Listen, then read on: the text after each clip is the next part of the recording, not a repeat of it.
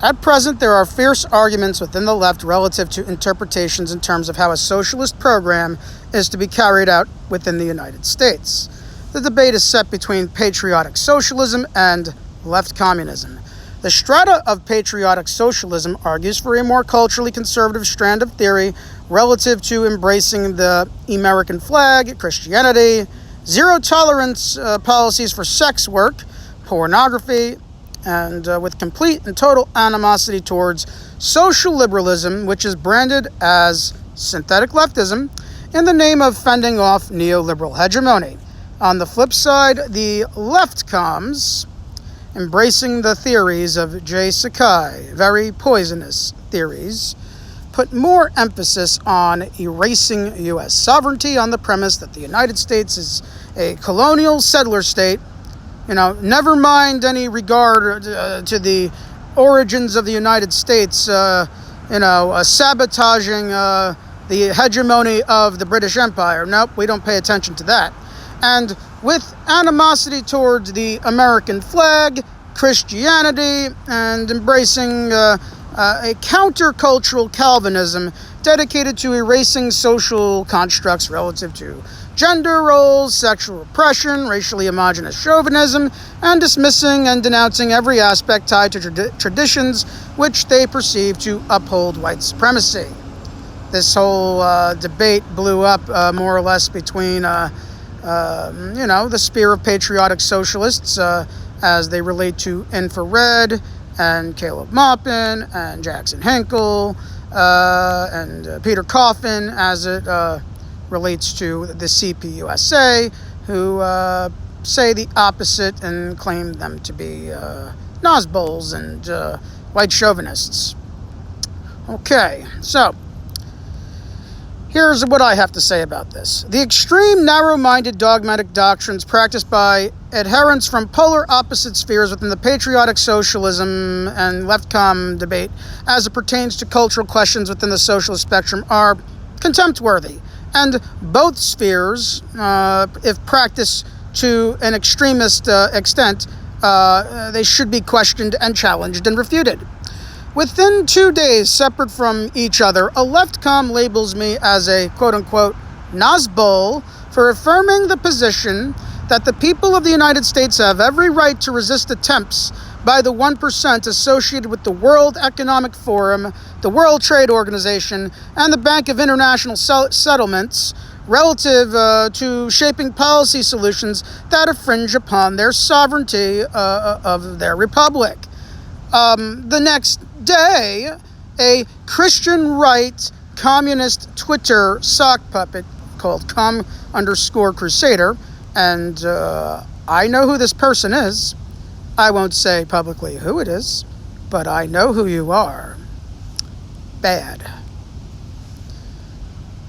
And they accuse me for being a supposed quote-unquote synthetic leftist who labels me as a washed-up has-been from the Occupy movement, supposedly jealous of the patriotic socialist movement and who is jealous of prominent figures within the movement, even when the synthetic left will call me a Nazbol for defending these people when they are correct. They bring up my manic episode from 2 years ago. They call me mentally deranged, and then I'm a pagan who's going to burn in hell for attempting to undermine and destroy the Center for Political Innovation because I criticize the Schiller Institute, Jackson Hinkle, and Infrared when I feel they step out of line. I don't do that with malintent. I do that when I feel that they step out of line. So either the purple-haired, nose-ring, non-binary, vegan, Antifa, liberationist, woke leftcom is right about me being supposedly a Nazbol, or the white, straight-laced, male, Christian, social chauvinist who wants to wrap communism in the American flag with a Catholic cross is right about me being a synthetic leftist. Which one of them is right? Which one of them is right? Oh, or are they both utterly 100% wrong about where I stand? As both are blinded by the ignorance of their piety, lacking the sagacity, that comes with real-world experience earned through trial and error that young 20-something impressionable types will not know or understand until they reach their mid-30s, and using false perceptions of dogmatism to rebel against those who they perceived to have been failed by, while both failing to understand that I fundamentally oppose both traditionalist far-right communism and postmodernist far-left communism, as they are both forms of extreme dogmatism.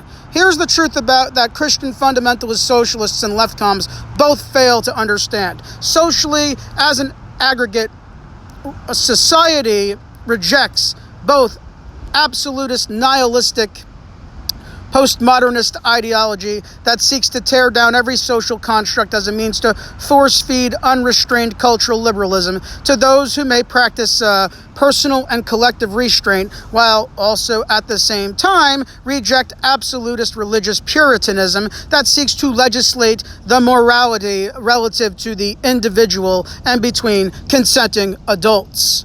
Socialists would do best to rein in both the left opposition and the right opposition and prevent both from attacking the aggregate that desires a healthy balance of social progress and tradition, absent of sacrificing either for the sake of one over the other. Intersectionality is a good thing, but it can be bad when it supersedes class struggle for the sake of ideological purity. Collective class struggle unified on the premise of Republicanism, not in the GOP sense, is a good thing, but can also be bad when such supersedes addressing the historical alienation of traditionally marginalized and oppressed groups for the sake of ideological purity. Questions that arise relative to class struggle, national liberation struggles, cultural disputes, and intersectionality must be addressed evenly and pragmatically with an open mind to all perspectives, but with blind indifference to none, as a means to formulate a, here's the key word, communal synthesis.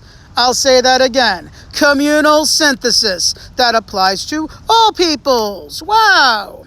We are to embrace a position that is too left-wing to be considered right-wing and too right-wing to be considered left-wing, and build an extreme centrist line that promotes intersectional and national unity based around class struggle, with acknowledgement that some have been indeed more oppressed than others as a result of cultural chauvinism, and with the intent to provide remedy to these historical grievances. I do not preach the doctrine of patriotic socialism per se, more so as I preach the doctrine of left-wing republicanism. And as I mentioned before, not republicanism in the sense of George Bush or Donald Trump, fuck that republicanism, but republicanism in the classical sense of the term, that a people have a right to be sovereign in the land of which they live in, to not have decisions made for them by monarchs, aristocrats, oligarchs, robber barons, and bourgeois parasites who meet in palaces or meet in the boardrooms of the World Trade Organization or in economic forums in Davos, Switzerland. The question as to whether or not the United States should exist is one that is wholly worth debating. Patriotic socialists would be well to understand that the United States government has done a lot of harm to people all over the world to advance the interests of Anglophile private capital.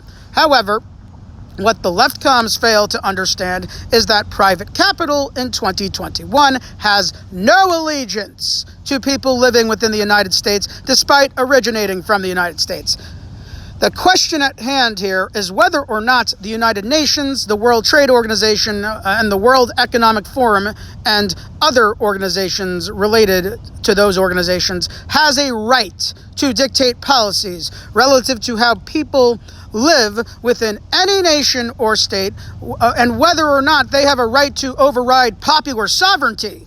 Left comms and patriotic socialists in unison should say no the 1% interests who meet in secret in Davos, Switzerland, or at the United Nations have no divine right to dispatch their lackeys, or as we call them, traitorous politicians, both liberal and conservative, who willfully undermine the sovereignty of their constituents, whether that sovereignty be in Mexico, India, New Zealand, Pakistan, Canada, Australia, or even the United States, to benefit the interests of private capital who have no loyalty to any nation other than the extra-legal offshore jurisdictions where they collectively hide and launder at least $200 trillion.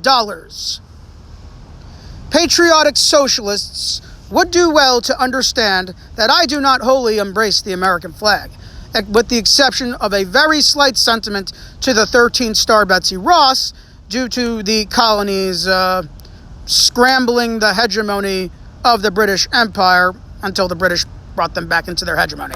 Yes, my patriotic sentiment is with the international red flag of liberty. As the Joe Hill ballad goes, should I ever be a soldier, 'neath the red flag I will fight. Should a gun I ever shoulder, it's to crush the boss's might. Yes, that song. As a wobbly, that is my national anthem. Left comms would do well to understand that even though you consider the United States to be stolen land and term it as Turtle Island, my loyalty is to the working people, whether you call them settlers or not, who toil on Turtle Island. No matter what their race is, no matter what their origins are, whether they be of indigenous, African, Latin, European, Asian, Polynesian, Micronesian, or any other nationality, with indifference to none. No matter their gender, no matter their sexuality, no matter their creed, so long as they aren't overly pious Catholics or any other Abrahamic religion for that matter. And while it is true, some have indeed been more exploited than others under neoliberalism, all are exploited under neoliberalism, and neoliberalism must be dismantled in order for society to transition into the socialist paradigm. Hopefully, this clarifies as to where I stand. No, I am not a left comm, I'm not a synthetic leftist, neither am I entirely a patriotic socialist or a Nazbol. I'm a wobbly who upholds the original IWW, formulated by James Conley, Elizabeth Gurley Flynn, Bill Haywood, Lucy Parsons, and Joe Hill. A wobbly who seeks to undo the tyranny of the parasitical capitalist class. I am not an anarchist who believes in a society that lacks constructs or laws or ethics or even borders, and while a borderless world is an admirable aim, I'm not going to lie, under neoliberalism, where global finance controls the modes and means of production, a borderless world would amount to nothing more than modern-day feudalism under that context. At the same time, I am not a proponent of Christian fundamentalism who believes in the homogeneity of national unity or legislating morality according to Christian values, which, while in some cases has done well for the poor and oppressed, in many other cases has also caused great harm for the poor and the oppressed as well. And that should not be omitted. I believe in both international solidarity and left republicanism, that people, no matter where they live, are not to live under the dictates of private capital, hiding behind the facade of the World Trade Organization and World Peace Organizations or any of those organizations of the sort. Whether it is called the United States or Turtle Island, I believe in a workers' republic under a red flag that favors all, is oppositional to none, open for all, and excludes none. But in order for this to happen, we must wage a united international class war on neoliberalism and defeat the parasites once and for all. This is Comrade Pella, signing out.